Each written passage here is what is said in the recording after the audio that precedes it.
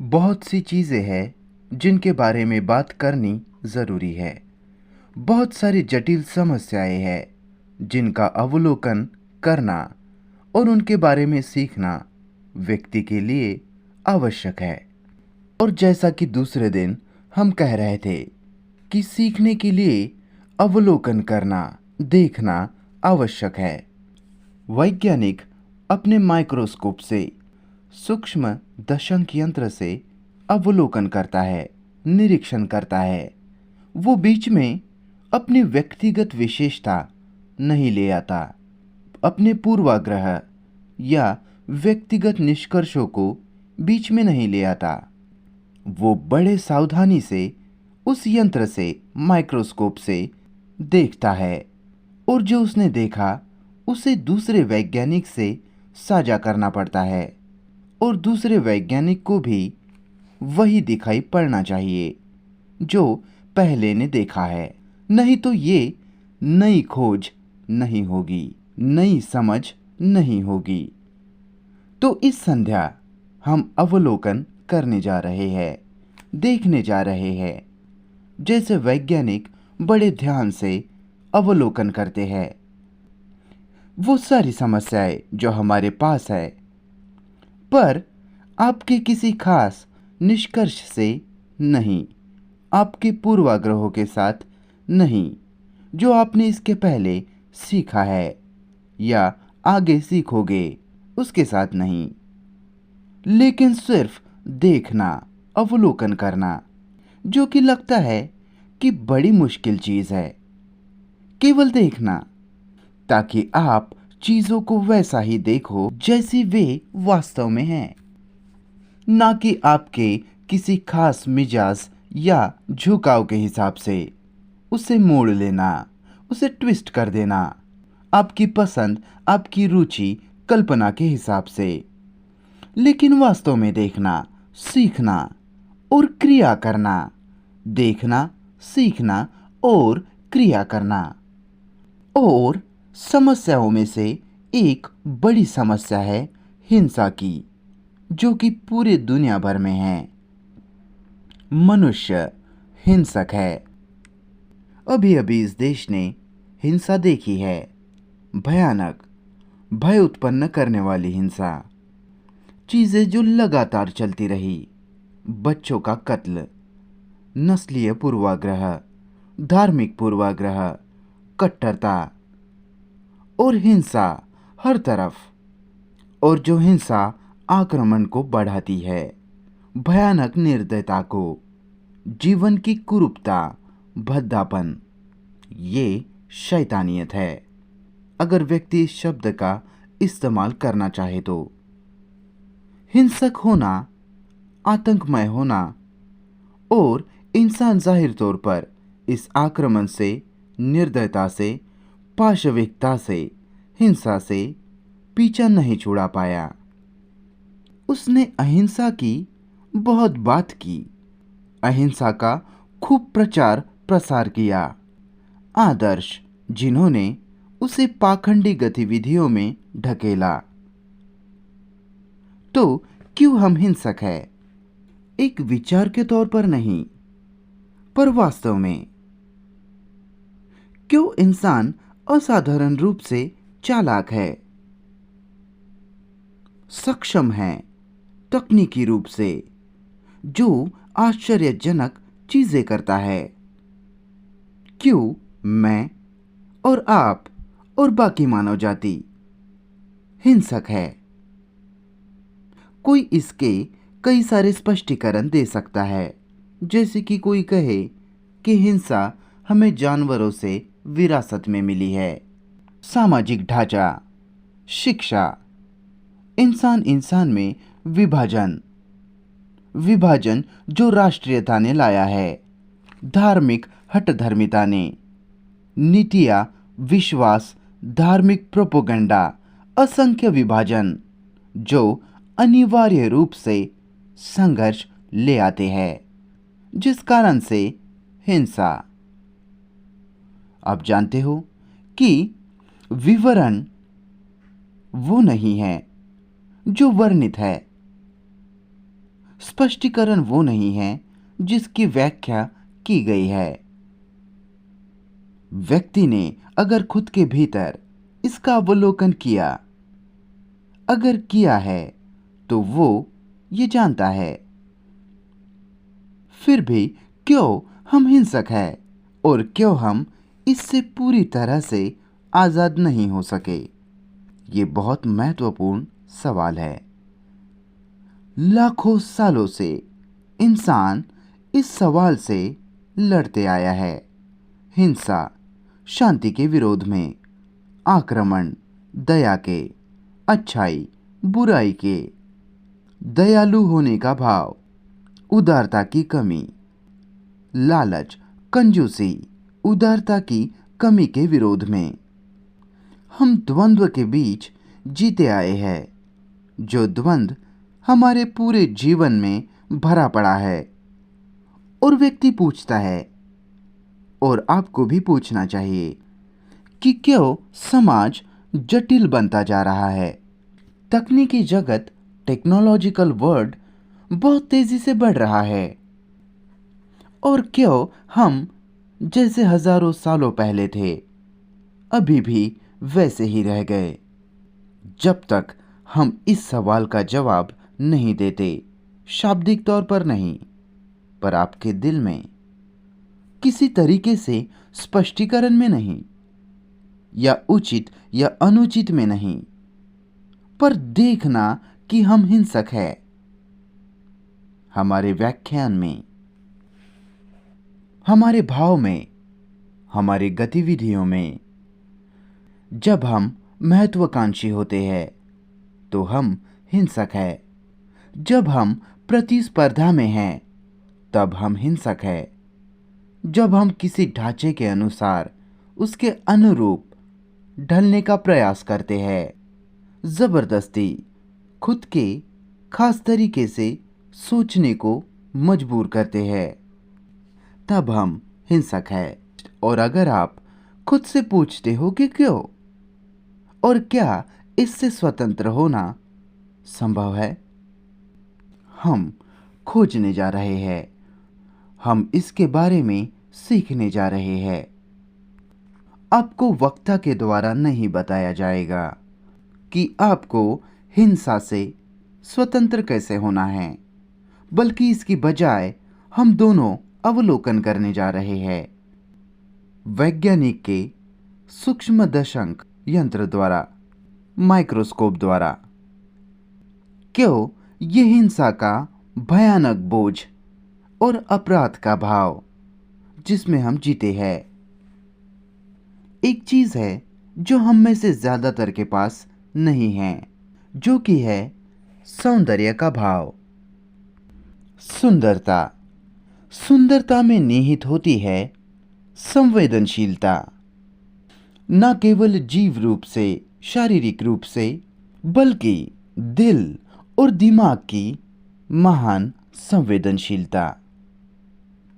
क्योंकि संवेदनशील होना मतलब बुद्धिमान होना, ज्ञानी नहीं, बुद्धिमान, प्रज्ञावान, जिसमें शामिल होता है संपूर्ण जीवन के गतिविधि की समझ, टूटे जीवन की नहीं, टुकड़ों टुकड़ों में बटे जीवन की नहीं, पर संपूर्ण जीवन की, जीवन जीने की पूर्ण गतिविधि। और जब तक कोई व्यक्ति पृथ्वी की असाधारण सुंदरता को लेकर जागरूक नहीं है, प्रकृति को लेकर, आकाश को लेकर, पानी पर गिरते प्रकाश को लेकर, खेत में खड़े वृक्ष की सुंदरता को लेकर, चावल के खेतों की सुंदरता को लेकर, किसी चेहरे की सुंदरता को लेकर, मुस्कुराहट की सुंदरता को लेकर, और आंसुओं का, दुख का, केवल आपके आंसू नहीं, दूसरे के आंसू, हंसी, जब तक व्यक्ति इन सब को लेकर जागरूक ना हो, संवेदनशील ना हो, जिंदगी को लेकर, गरीबी को लेकर, आक्रमण को, घोर लापरवाही को, जब तक कि आप इस सब को लेकर जुनून के साथ जागरूक नहीं, तो आपको कभी समझ नहीं आएगा कि हिंसा क्या है और आप कभी इससे आजाद नहीं होगे। सुंदरता और हिंसा के बीच के संबंध को देखिए। और इस संध्या हम सीखने जा रहे हैं कि सुंदरता क्या है। न केवल वो सुंदरता जो दिखाई देती है, जो सुंदरता आंखें देखती है, किसी बिल्डिंग में, किसी चेहरे में, उड़ती चिड़िया में, फूल में, लेकिन स्पष्ट बेदाग अनुभूति की सुंदरता, चीजों को बिल्कुल वैसे ही देख पाना जैसी वो वास्तव में है, आपके मिजाज के अनुरूप नहीं। क्योंकि भारत में उन्होंने मानवीय दिमाग को विभाजित किया है, मुझे पता नहीं क्यों। मानवीय दिमाग को, बुद्धिमत्ता को अलग अलग प्रकार के योग में विभाजित किया है ना। कर्म योग, भक्ति योग, ज्ञान योग और बाकी का व्यापार।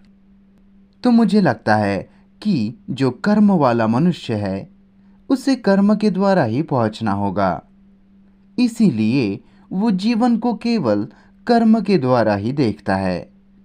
यह भक्ति ऐसा इंसान है भी या नहीं पता नहीं, मुझे बहुत संदेह है। वो भावुक है, भावनाओं से भरा, पर वो भक्ति नहीं है। भक्त सोचता है कि वो पाएगा, सत्य को देख सकेगा, स्पष्टता से अवलोकन कर पाएगा केवल भक्ति के द्वारा। यह संपूर्ण जीवन की गतिविधि को समझ पाएगा ज्ञान के जरिए। जाहिर तौर पर मानवीय मस्तिष्क के ये विभाजन न केवल विरोधाभास ले आते हैं, बल्कि उनके भीतर ही टकराव, संघर्ष ले आते हैं और ऐसा मस्तिष्क अवलोकन करने में असमर्थ होता है। देखिए, चीजों को वैसे ही देखना जैसे वास्तव में वो है। अगर आप एक भक्त होने के नाते या बड़े विद्वान ज्ञानी होने के नाते एक वैज्ञानिक के जैसे माइक्रोस्कोप से बहते जीवन को देखते हो, तो आप केवल उस छोटे से नमूने से ही, आपके अस्तित्व के संकीर्ण पैटर्न से ही देख रहे हो। इसीलिए अगर देखना है, अगर अवलोकन करना है, तो आपको इन सारे विभाजनों को छोड़ देना होगा। अगर कोई वैज्ञानिक किसी निष्कर्ष के साथ अवलोकन करता है, तो वो नहीं देखता कि वास्तव में क्या घट रहा है।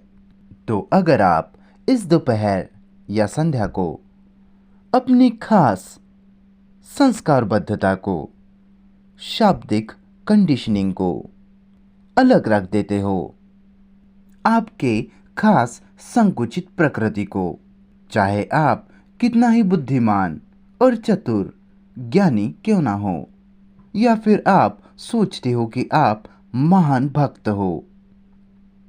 आप जानते हो कि भक्त सबसे क्रूर इंसान है, निर्दयी। क्योंकि उस भक्त में और उसमें जिसकी वो भक्ति करता है, उनमें विभाजन है, और जहां भी विभाजन है वहां क्रूरता होगी ही।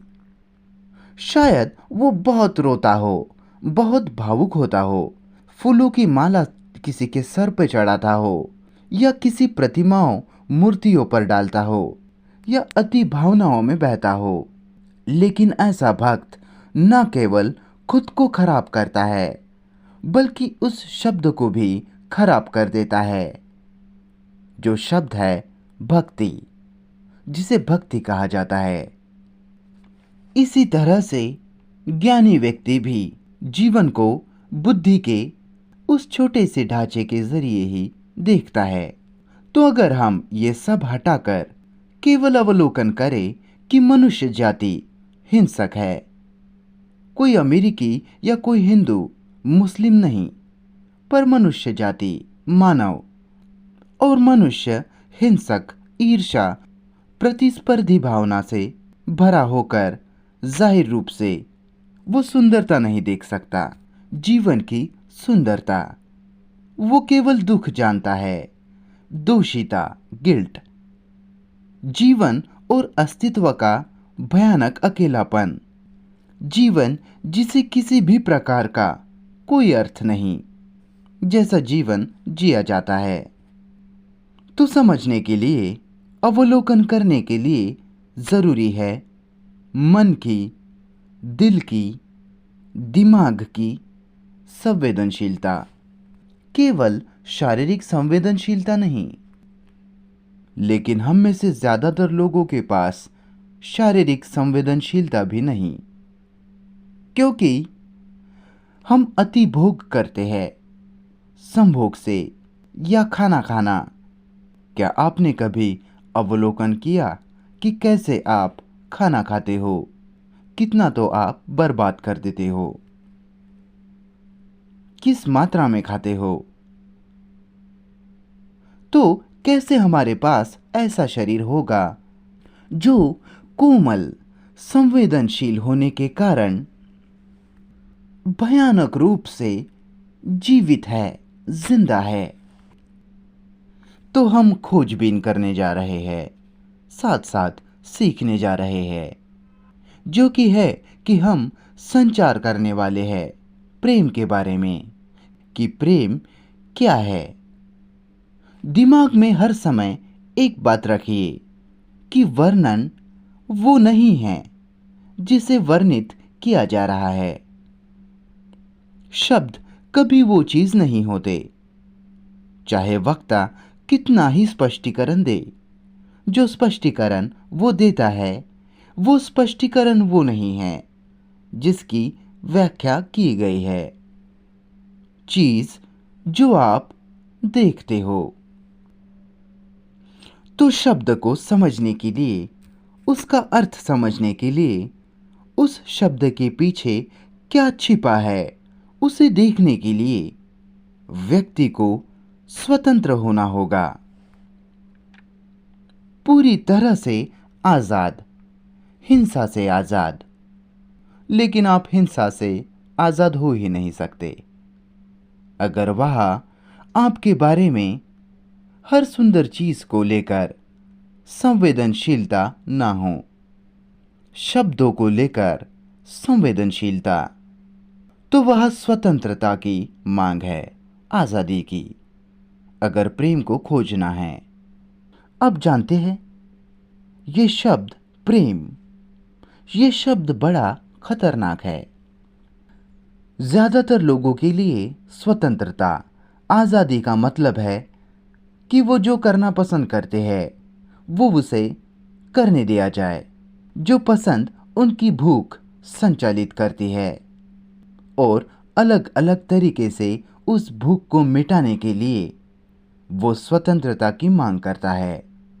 सामाजिक प्रतिबंधों से स्वतंत्रता, सामाजिक नैतिकता से आजादी। सामाजिक नैतिकता, ध्यान से सुनिए, सामाजिक नैतिकता अनैतिकता है, वो अनैतिक है। क्या आप ये स्वीकार करते हैं?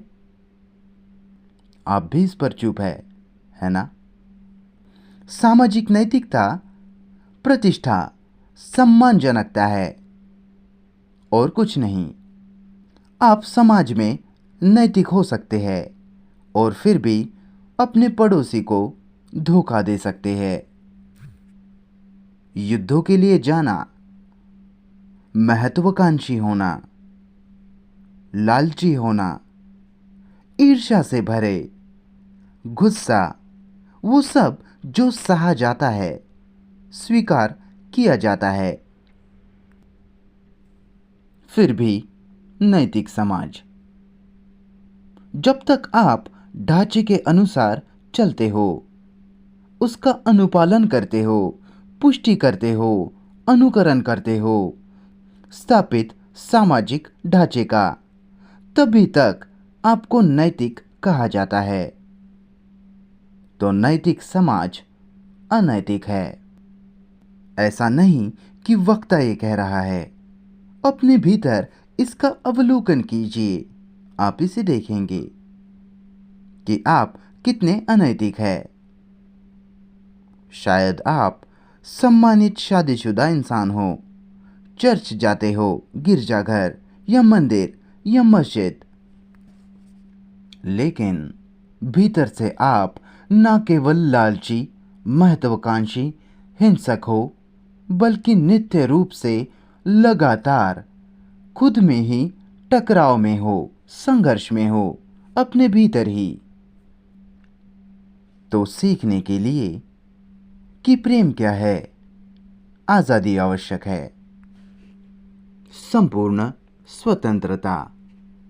किसी चीज से स्वतंत्रता एक चीज है और आज़ादी में, स्वतंत्रता में एक अलग चीज है।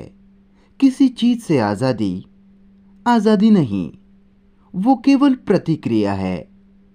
मान लो गुस्से से आज़ादी, कोई आज़ादी नहीं। जो आप करना चाहते हो कर सकते हो, ये कोई स्वतंत्रता नहीं। पर स्वतंत्रता के असाधारण जटिलताओं को खोजना, उनके बारे में सीखना, जिनका मतलब है ऐसा मस्तिष्क जो कभी निष्कर्ष पर न आता हो, न किसी सूत्र पर। केवल ऐसा मस्तिष्क ही आज़ाद है, पूरी तरह से स्वतंत्र। खंडन से, निषेध से कि स्वतंत्रता क्या नहीं है, वह स्वतंत्रता है। आप किसी सकारात्मक कृति के रूप में स्वतंत्रता नहीं पा सकते।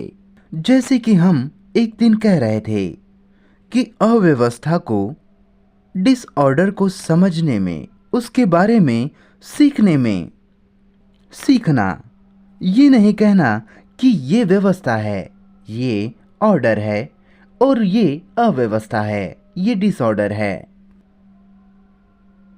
सीखना जिसका अर्थ है खोजबीन करना, जांच पड़ताल करना, देखना, अवलोकन करना, सुनना, अपने खुद के भीतर की अव्यवस्था को और बाहर की भी। तो अव्यवस्था के बारे में सीखना और उसे इनकार करना, खंडन करना, व्यवस्था है, क्रम है।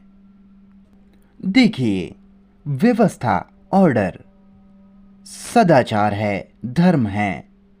वो धर्म नहीं जो आपने इजाद किया है। सदाचार इजाद नहीं किया जा सकता। सदाचार कोई निष्कर्ष नहीं है। ये मस्तिष्क का वो गुण है जिसने अव्यवस्था को हटा दिया है, उसके बारे में समझ गया है, पूरी तरह से उसके बारे में सीखा है कि डिसऑर्डर, अक्रम क्या है, जो कि है प्रयास, संघर्ष, परिश्रम और उसके निषेध से, उसके खंडन से क्रम की, ऑर्डर की गतिविधि होती है। इसीलिए वह क्रम लगातार गति में है, जिंदा है। वो एक जीवित चीज है, जिस कारण ढांचे में, किसी पैटर्न में नहीं ढाली जा सकती, किसी रूपरेखा में उसे नहीं डाला जा सकता। तो स्वतंत्रता है मस्तिष्क का वह गुण जिसमें उस हर चीज की निषेध की भावना है जिन्हें इंसान ने मानसिक रूप से, मनोवैज्ञानिक रूप से बनाया है। जिसका मतलब है उसके सारे निष्कर्ष, जैसे कि भगवान है, भगवान नहीं है, ये नैतिक और वो अनैतिक, कि भगवान के भक्त को किसी स्त्री के तरफ नहीं देखना चाहिए इत्यादि, वो सब निष्कर्ष है। और इनके निषेध के जरिए, मतलब आप आपके रोज के जीवन में अस्वीकार के साथ, जिसका अर्थ है आपका मस्तिष्क अब ना ही किसी निष्कर्ष के हिसाब से कार्य में है, ना ही किसी निष्कर्ष के हिसाब से जी रहा है या पाने की कोशिश में है। वही वास्तविक स्वतंत्रता है। हमने उस दिन कहा कि सीखना क्या है, तो हम अभी सीखने जा रहे हैं कि प्रेम क्या है। सीखिए, जो कि है एक दूसरे से संचार में रहिए। आप बोलने वाले से नहीं सीख रहे, वो आपको नहीं सिखा रहा कि प्रेम क्या है। प्रेम सिखाया नहीं जा सकता, आप इसकी इजाद नहीं कर सकते। फिर से अगर आप जानना चाहते हैं कि प्रेम क्या है, तो आपको जानना होगा कि ये क्या नहीं है। निषेध के जरिए, खंडन के जरिए वह सकारात्मकता है। लेकिन अगर आप सकारात्मकता के पीछे भागोगे तो आप इसे कभी नहीं पाओगे और आपकी सकारात्मकता हमेशा ही निष्कर्ष पर निर्भर होगी। तो साथ मिलकर हम सीखेंगे, और सीखना मतलब देखना, आपके संकुचित स्वभाव और प्रकृति के अनुसार नहीं, आपके किसी खास पूर्वाग्रह के हिसाब से नहीं, निष्कर्ष के हिसाब से नहीं, यहाँ तक कि आपके अवलोकन के हिसाब से भी नहीं, अनुभव के हिसाब से नहीं। बिना निष्कर्ष के अवलोकन करना, निरीक्षण करना, देखना, ताकि आप और बोलने वाला वही चीज एक साथ एक ही समय देख पाए, उसी तीव्रता के साथ, मतलब एक ही जुनून के साथ। नहीं तो संचार होता ही नहीं, वहाँ कोई सीखना होता ही नहीं।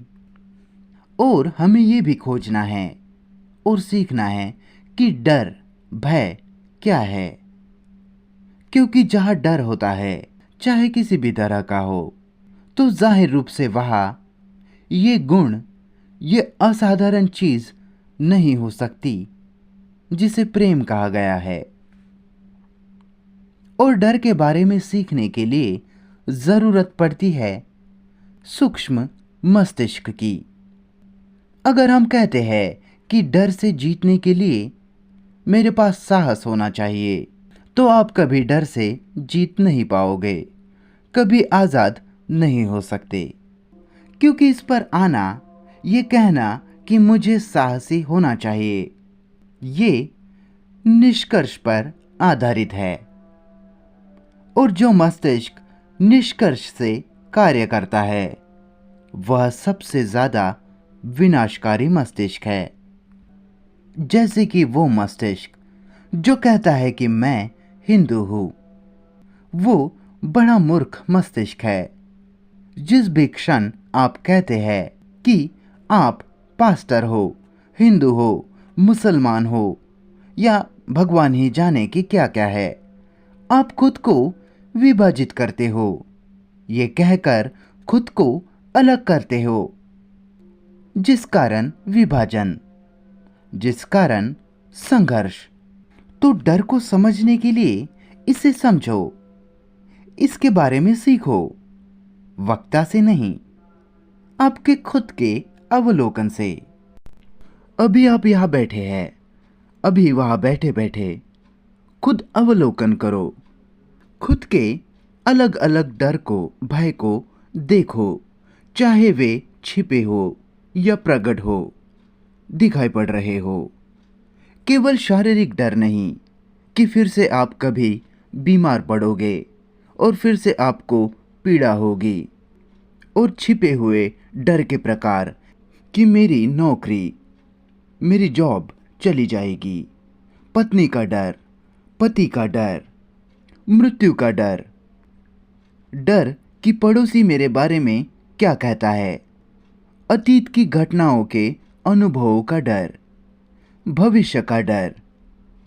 आप जानते हो ना, डर, भय जो हम में से हर एक में है, उसके बारे में सीखना और डर के बारे में सीखने के लिए मज़े के, खुशी के बारे में भी सीखना आवश्यक है, क्योंकि ये दोनों साथ साथ चलते हैं।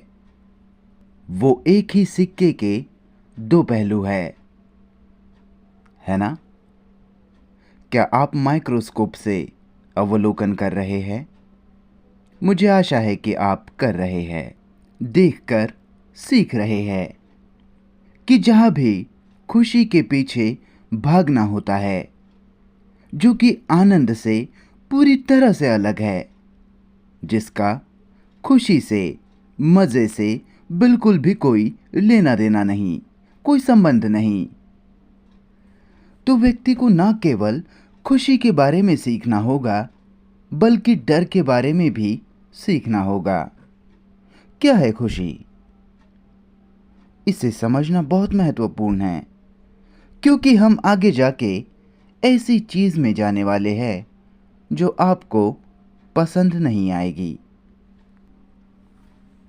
क्या है मज़ा?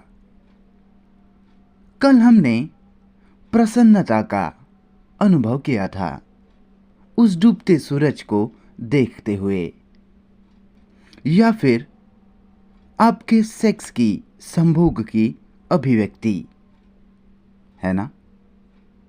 कृपया अवलोकन कीजिए, देखिए इसे, सीखिए। आप उस सूर्यास्त को देखते हो और उसे याद करते हो। आपने संभोग किया और उसके मज़े को आप याद करते हो। जब आप उस सूर्यास्त को देखते हो तो उस क्षण वह विचार की दखल अंदाजी, सोचने का हस्तक्षेप नहीं होता। बराबर सर? फिर विचार उठता है और कहता है कि वाह, कितना प्यारा नज़ारा था। मुझे इच्छा है कि फिर से मुझे ये प्राप्त हो, फिर से ये मुझे मिले। विचार उस खास अनुभव को निरंतरता देता है, उसे बनाए रखता है और उसे पोषित करता है। उस खास घटना को, उस खास कामुक खुशी को, उसके बारे में सोचकर, छवि बना बनाकर, उस पर जुगल करके, तो विचार मज़े की ईजाद करता है, जैसे विचार डर की ईजाद करता है। कल कुछ हुआ जिसने दर्द दिया और आगे फिर से ये कभी वापस ना हो। विचार उस दर्द के बारे में सोच रहा है और चाह रहा है कि वापस ये ना हो। वही विचार उसी तरह मज़े के, खुशी के अनुभवों के बारे में विचार करके आशा कर रहा है कि फिर से ये मुझे मिले। वो उसके बारे में सोच रहा है कि जो मज़े की, खुशी की घटना हुई है वो फिर से कल जाकर होगी। वैसे ही कल शारीरिक या मानसिक चोट हमें मिली। उस चोट के बारे में विचार करता है, उसे नहीं चाहता कि वो फिर से हो। तो विचार खुशी का और डर का पालन पोषण करता है। और मनुष्य जाति पूरे इतिहास काल से, सारे दुनिया भर में नैतिक रूप से या शारीरिक रूप से खुशी पाने के पीछे भागती आई है। उसे उसने अपनाया है। आपके भगवान, आपके रिवाज, अनुष्ठान, आपकी नैतिकता उसी पे आधारित है और खुशी अत्यंत महत्वपूर्ण बन चुकी है। हम नहीं कह रहे कि खुशी गलत है। हम मज़े की, खुशी की निंदा नहीं कर रहे, जिस कारण हम ये नहीं कह रहे कि ये सही है या गलत। हम ना इसे प्रोत्साहित कर रहे हैं, ना ही हतोत्साहित कर रहे हैं। मज़ा शारीरिक अनुभूति का, चापलूसी का, संपत्ति होने का मज़ा, चाहे वो फर्नीचर का एक टेबल ही क्यों ना हो, पद का मज़ा, सम्मानित होने का मज़ा, जो कि अत्यधिक अनैतिक है। इसका ये मतलब नहीं कि आप मनचाहे ढंग से जियो। अच्छा खाना खाने का मजा, तो हम मजे का पीछा कर रहे हैं और आप कहते हो कि धार्मिक व्यक्ति को मजे नहीं मारना चाहिए, बराबर। वो तो पवित्र होना चाहिए, ब्रह्मचारी होना चाहिए, जो कभी संभोग ना करे। आप उसे विचित्र विचित्र मालाएं पहनाते हो, विचित्र रंग चढ़ाते हो और पवित्रता को उसके गले में टांग देते हो, और वो बेचारा इस सब का स्वीकार करता है कि भगवान मुझे मिलेगा, अगर भगवान जैसा कुछ हो तो। और वो अत्यधिक सम्मानजनक बन जाता है और आप भी सम्मानजनक बनकर कहते हो कि ईश्वर के मनुष्य ने किसी किताब को नहीं छूना चाहिए, धार्मिक मनुष्य ने, बराबर। यही निष्कर्ष पूरी दुनिया भर से निकल कर आता है। ईश्वर को अगर पाना है, कृपया सुनिए, ईश्वर को अगर पाना है तो आप पवित्र होने चाहिए। आप स्त्री को छू नहीं सकते या पुरुष को, बराबर। जरा सोचो कि आपने क्या किया है, और आप चाहे जितनों को भी भोग सकते हैं, है ना। लेकिन जो धार्मिक मनुष्य है ये नहीं कर सकता। और अगर कोई धार्मिक व्यक्ति ये आपको करते हुए दिखे तो आप उसकी निंदा करते हो, आप उबल जाते हो। और वो बेचारा धार्मिक, वो भी भीतर से उबल रहा है। उसे वो चाहिए, उसे वो करना है। और उसके धर्म ने, उसकी कंडीशनिंग ने, संस्कारबद्धता ने उसे कहा है कि उसकी तरफ देखना भी मत, मज़े के पीछे कभी भागना मत, स्त्री के पीछे कभी नहीं भागना, जिस कारण से सुंदर आसमान को भी मत देखना, वृक्ष की प्यारी हलचल को ना देखना, रास्ते की गंदगी को, घिनौनेपन को मत देखो, पत्तों पर पड़ रहे प्रकाश को ना देखो, क्योंकि वो सब शायद आपको खुशी देंगे। ये खास नैतिकता तथाकथित धार्मिक लोगों की है। वो हर चीज के लिए अपनी आंखें बंद कर लेते हैं और भीतर से यातना में जीते हैं, क्योंकि वो एक इंसान है, वो एक शारीरिक जीव है, उसकी ग्रंथियां भी काम कर रही है, इसलिए उसे यातनाएं होती है, उसका मस्तिष्क घूम जाता है। और आप आशा करते हो कि ऐसा मस्तिष्क जो यातनाओं में हो, विकृत हो, वो सत्य को खोजे। ये कितना बचकाना है। आप लोग कितने बड़े हत्यारे हो। वहाँ हिंसा है और आपके सारे संतों महात्माओं ने आपको बताया कि नहीं, और वे खुद यातनाओं में जिए और यातनाओं से घिरा मस्तिष्क देख नहीं सकता। जो वो देखता है वो विकृत है, इस कारण उसके भगवान विकृत है। और क्यों सेक्स, संभोग जीवन में इतना ज़्यादा महत्वपूर्ण बन गया है? क्या कभी आपने खुद से ये सवाल पूछा, या फिर आप इससे अपने आंखें बंद कर लेते हो? क्यों सिर्फ यूरोप, अमेरिका और यहाँ ही नहीं, बल्कि हर तरफ वहाँ वो ज़्यादा खुला है और यह सब ढका हुआ है। उसके बारे में बात ना करना, उसकी तरफ ना देखना। क्यों पूरी दुनिया भर में संभोग, सेक्स और प्यार, प्रेम साथ साथ चलते हैं? क्यों क्यों ये इतना ज़्यादा महत्वपूर्ण हो गया है? क्योंकि ये मज़ा देता है। और भी कारण हैं कि बौद्धिक तौर पर आप गुलाम बन चुके हैं। कृपया इस सब को ध्यान से सुनिए, इसका अवलोकन कीजिए। बौद्धिक रूप से जो दूसरे लोगों ने कहा उसे आप दोहराते हो, है ना? आप प्रमाण देने में, हवाला देने में माहिर हो। आप याद करने में बड़े माहिर हो और वही आपकी शिक्षा है। आप याद कर लेते हो जो किताबों में लिखा है और परीक्षा पास कर लेते हो और नौकरी इत्यादि।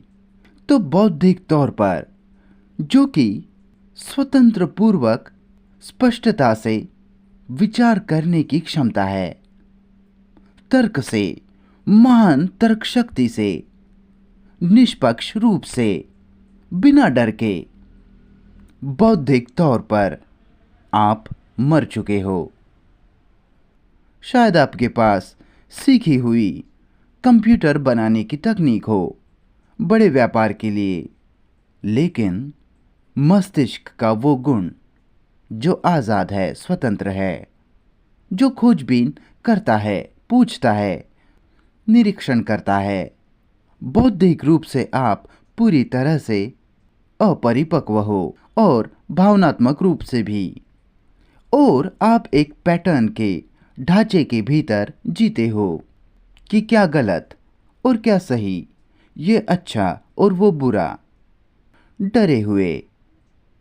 तो बौद्धिक रूप से, भावनात्मक रूप से आप आज़ाद नहीं हो।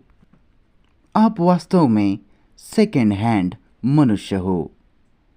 इसलिए आपके पास एक ही चीज़ बची है, सेक्स, संभोग। और उससे भी आप डरे हो क्योंकि आप ढांचे में जी रहे हो जो कहता है कि अगर आपको सत्य की खोज करना है तो स्त्री को, पुरुष को मत देखो और उसे आप प्यार, प्रेम कहते हो। क्या आपके समझ में आ रहा है कि आपने क्या करके रख दिया है? प्रेम और संभोग साथ चलते हैं। और क्या प्रेम मज़ा है, खुशी है?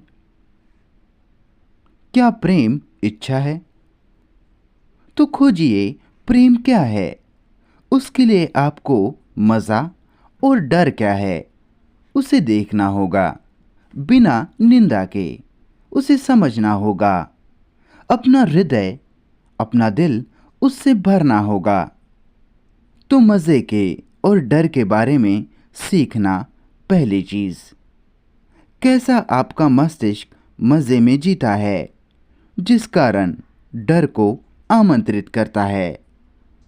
अगर कल जाकर आपको आपका मज़ा ना मिले तो आप डर जाते हो, गुस्सा होते हो, क्रूर बन जाते हो, जहाँ हिंसा की शुरुआत होती है। वहाँ आपका प्रतिरोध, आपकी रक्षा बचाव आता है, साथ ही आपका डर। तो जब तक आप इस मस्तिष्क के गुण को समझते हो जो देखता है और सीखता है, सूत्रों में कार्य नहीं करता, अवधारणाओं में नहीं कार्य करता। तो क्या है प्रेम? आप समझ रहे हो? आप सवाल पूछ रहे हो, वक्ता नहीं। आपके जीवन में अगर आप अवलोकन करते हो तो कोई भी सौंदर्य नहीं। अगर आप अमीर हो तो शायद एक चित्र खरीद कर दीवार पर टंगा सकते हो या आर्ट गैलरी में जा सकते हो और अंतहीन रूप से कला की बात कर सकते हो या किसी अवधारणा को लेकर या संगीत को लेकर। और जितना ज़्यादा आप उसके बारे में बातें करते हो उतना ज़्यादा उसका हृदय खाली होगा। तो क्या है प्रेम? निश्चित रूप से प्रेम उस हर चीज़ के प्रति मरना है, जो इंसान ने प्रेम क्या है के सूत्र में बनाई है। अतीत के लिए मरना मतलब प्रेम का मतलब है कि वर्तमान की गतिविधि में जीना। अरे ये सब आपको नहीं समझता है ना सर? क्या आप जानते हैं कि वर्तमान में जीना मतलब क्या? जीना वर्तमान में मतलब देखना, देखना माइक्रोस्कोप से, आपकी या मेरी इच्छा के अनुसार नहीं। माइक्रोस्कोप से देखना कि कैसे अतीत वर्तमान से बहते हुए भविष्य में जाकर फूटता है। पर विस्फोट हमेशा किसी खास क्षेत्र के भीतर होता है।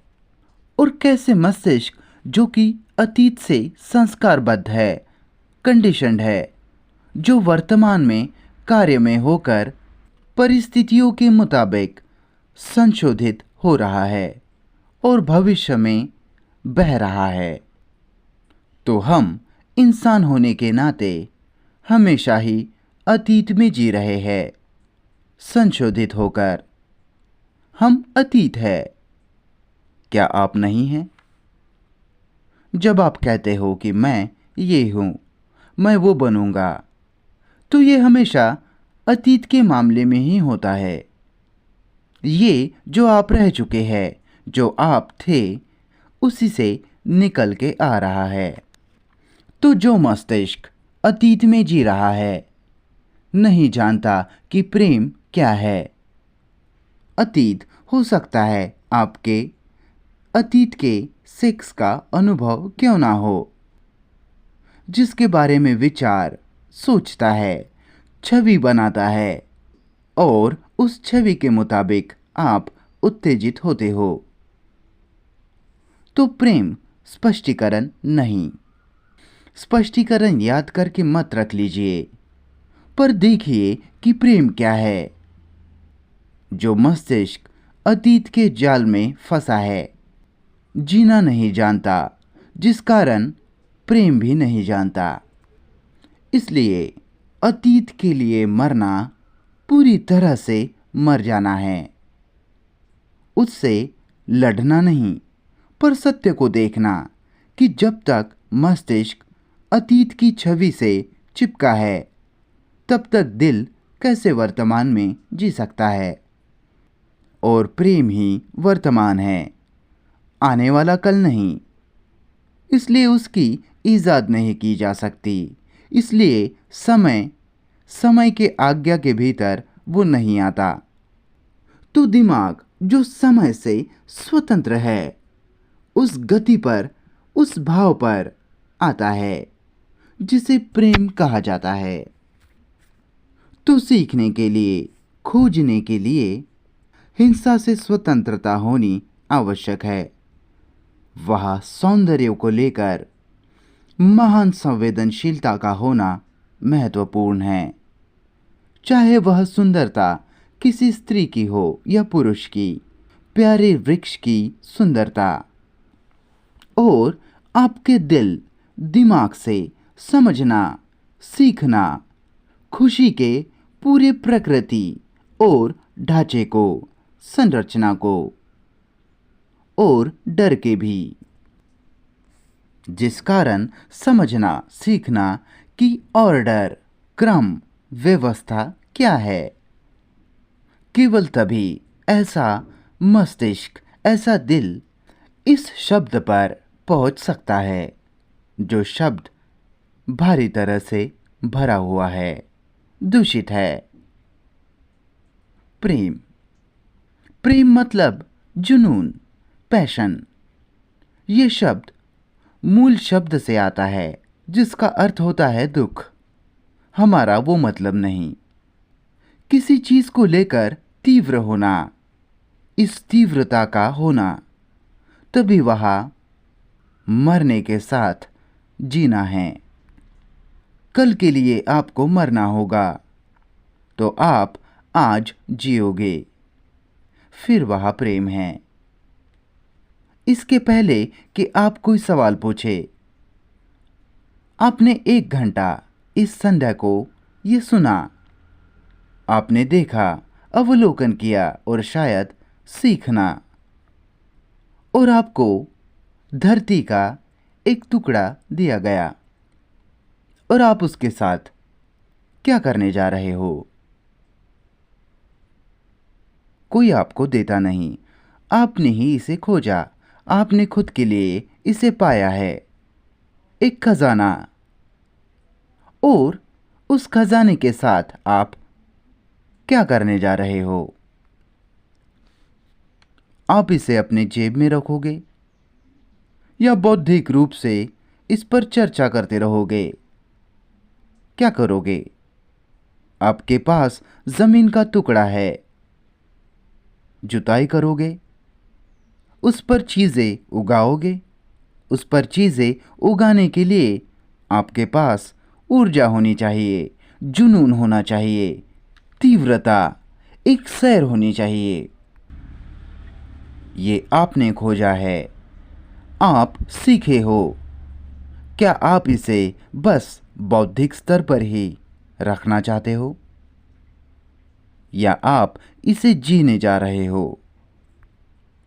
जिस कारण खजाना असाधारण रूप से और भी स्पष्ट और भी जीवंत, फुर्तीला होता है। तो ये सवाल है जो वक्ता पूछना चाहता है, आप क्या करने जा रहे हो? आप 10 साल के या 30 साल के या 80 साल के हो, आपने अपने जीवन के साथ क्या किया? ये मत कहिए कि अगले जन्म में मैं इसे कर लूँगा। वह केवल वर्तमान है, वर्तमान की सुंदरता, उसकी महानता है।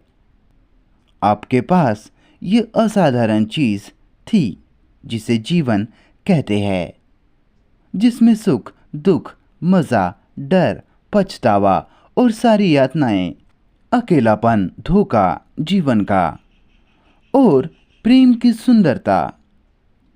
आपको ये मिला है और आपने इसके साथ क्या कर दिया? इस पर विचार कीजिए। और ये पूछना और इसका जवाब देना बहुत महत्वपूर्ण है। वक्ता को इसका जवाब मत दीजिए, खुद को दीजिए। जब आप ये खुद से पूछो तो दुखी होकर बिस्तर पर लेट मत जाना, क्योंकि आपने कुछ भी नहीं किया। आपने बिल्कुल कुछ भी नहीं किया। जीवन आपको दिया गया था, दुनिया की सबसे मूल्यवान चीज, और आपने क्या किया? इसके टुकड़े टुकड़े कर दिए, इसे यातनाएं दी, इसे विभाजित किया, हिंसा, तबाही, नफरत लाई, बिना प्रेम, बिना करुणा, बिना जुनून। तो जब आप पूछो, और मुझे आशा है कि आप गंभीरता से पूछ रहे हैं कि आपने अपने जीवन के साथ क्या किया। जब आप ये सवाल पूछते हो और अगर आप संवेदनशील हो तो अनिवार्य रूप से आपके आंखों में आंसू होंगे। लेकिन आपके आंसू होंगे कि अतीत में आपने शायद कुछ कर लिया होता, खुद पर दया करने के आंसू। तो आंसू मत बहाइए, सवाल पूछा गया है और जवाब केवल वर्तमान में निहित है, ना ही कि आने वाले कल में, ना ही अतीत में। मतलब अभी आप क्या कर रहे हो अपने जीवन के साथ जो आपको दिया गया है? कल नहीं, अभी। और अगर आप इसका जवाब देते हो तो पाओगे कि प्रेम क्या है। क्या आपको कोई सवाल पूछना है? जी सर। सज्जन कह रहे हैं कि आप सार्वभौमिक निष्कर्ष पर आ गए हो कि धार्मिक मनुष्य के हृदय में पवित्रता होनी ही चाहिए। अगर मैं गलत कहता हूं तो मुझे बताना। सज्जन कह रहे हैं कि ऐसे धार्मिक पुरुष हुए हैं जिन्होंने शादी भी की और संभोग भी किया। आप इसके बारे में क्या कहते हो? सर, दूसरे सज्जन आपके प्रश्न का जवाब दे रहे हैं कि आप ठीक से सुन नहीं रहे थे। सर कठोर मत बनिए। उनका जवाब भी उतना ही अच्छा है सर जितना मेरा। एक मिनट, आप क्यों कह रहे हो कि आप उनके जवाब को नहीं सुनना चाहते? क्या आप देख रहे हो कि आप लोग क्या कर रहे हो? आप किसी की नहीं सुनना चाहते।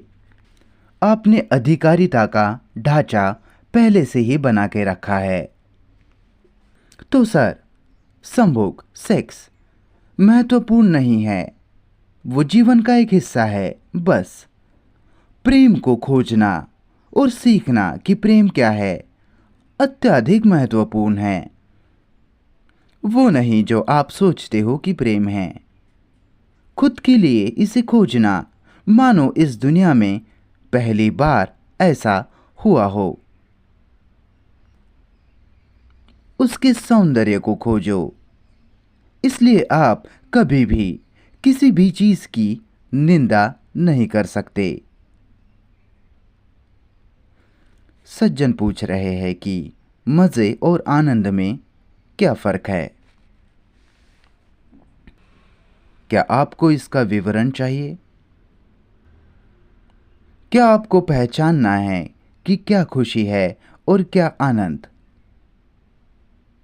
क्या आपके जीवन में आपने खुशी का अनुभव नहीं किया है?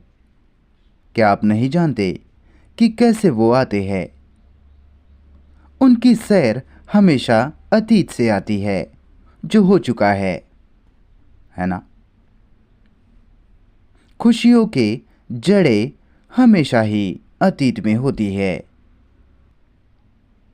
इस कारण से आप भविष्य में हमेशा मज़ा पा सकते हैं।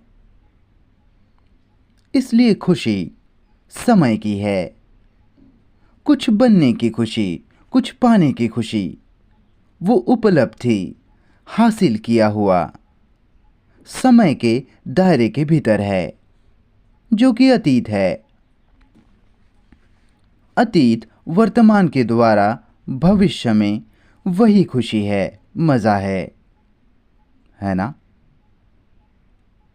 कल आपको खुशी हुई थी, आपको आज और आने वाले कल भी होगी। अब आनंद, क्या आनंद का कोई संबंध समय से है? आप खुशी को आमंत्रण दे सकते हो। आप मज़े की इजाद कर सकते हैं, उसे विकसित कर सकते हैं। क्या आनंद को आप विकसित कर सकते हो? क्या आप उसे आमंत्रित कर सकते हो? क्या आप कह सकते हो कि कल मुझे आनंद मिलेगा? या फिर वो बिना आमंत्रण के मधुरता से आता है, जो कि विचार के दखलंदाजी का उत्पाद नहीं है,